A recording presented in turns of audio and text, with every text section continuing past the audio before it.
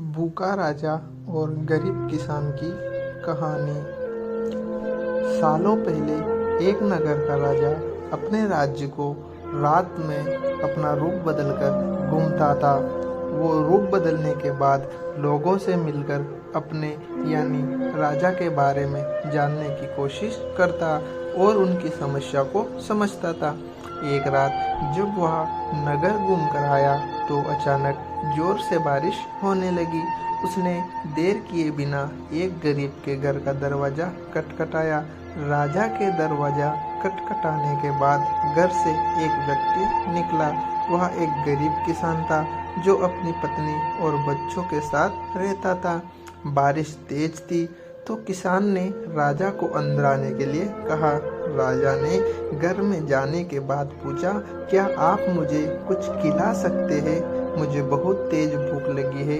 वो गरीब किसान और उसका परिवार 3 दिनों से भूखा था और उसके घर में एक भी दाना अन्न का नहीं था। किसान के मन में हुआ कि भले ही हम भूखे हैं लेकिन अपने अतिथि को यूं भूखा नहीं रख सकते। अब किसान ये सोच कर बेचैन हो गया कि अपने अतिथि का पेट कैसे भरा जाए। तभी उसने घर के सामने वाली दुकान से चावल चुराने की तरकीब सोची। उसने सिर्फ अतिथि के लिए ही 2 मुट्ठी चावल लिया और उसे पकाकर राजा को खिला दिया। तब तक बारिश रुक गई थी और राजा अपने घर चला गया। दूसरे दिन दुकान का मालिक अनाज की चोरी की शिकायत लेकर राजा के पास पहुंचा। राजा ने दुकान के मालिक और उस गरीब किसान को अपनी सभा में प्रस्तुत होने का आदेश दिया। सबसे पहले सभा में पहुंचे किसान ने राजा के सामने जाकर अपनी चोरी का इल्जाम कबूल कर लिया और बीती हुई रात की पूरी बात राजा को बता दी।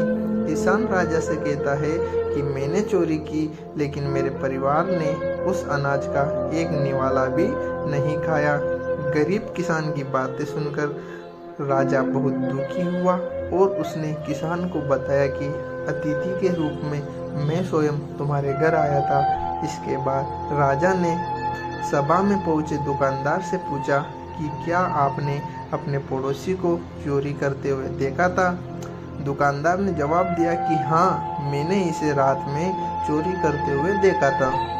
दुकानदार की बात सुनने के बाद राजा कहता है कि इस चोरी के लिए मैं पहले जिम्मेदार हूँ, फिर दूसरा तुम हो, क्योंकि तुमने अपने पड़ोसी को अनाज की चोरी करते हुए देखा मगर कभी उसके भूखे परिवार को नहीं देखा। तुम अपने पड़ोसी होने का धर्म बिल्कुल निभा नहीं पाए।